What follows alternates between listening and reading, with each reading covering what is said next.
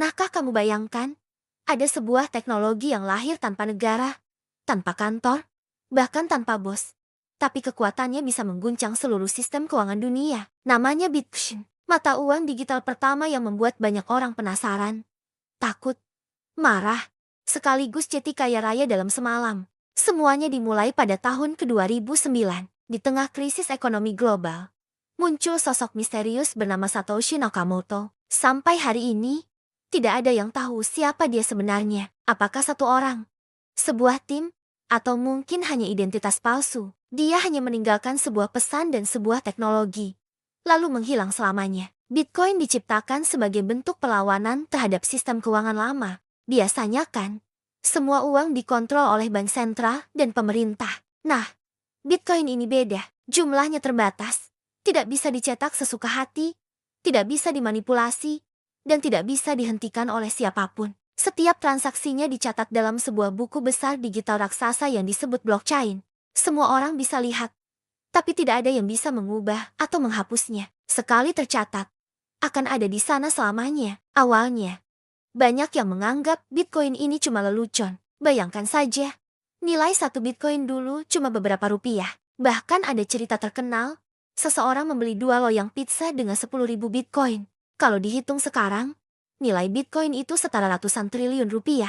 Gila, kan? Tapi seiring waktu, semakin banyak orang yang paham teknologinya, dan dunia pun mulai berubah. Negara-negara mulai memperhatikannya. Investor besar mulai membeli. Perusahaan-perusahaan global mulai menerima Bitcoin sebagai alat pembayaran. Dan tiba-tiba, mata uang yang dulu dianggap tidak berguna, kini menjadi salah satu aset paling berpengaruh di planet ini. Tentu saja, perjalanan Bitcoin tidak selalu mulus. Harganya sering naik turun secara drastis. Kadang bikin orang panik, kadang bikin euforia. Ada yang kaya mendadak, tapi banyak juga yang rugi besar karena tidak paham risikonya. Tapi satu hal yang pasti, Bitcoin telah mengubah cara kita semua memandang uang. Ini bukan cuma soal harga, ini tentang sebuah gagasan kebebasan, transparansi, dan kekuatan teknologi. Sekarang, dunia sedang bergerak cepat menuju masa depan digital. Bank digital, pembayaran online, AI, dan blockchain, semuanya mengarah ke satu titik.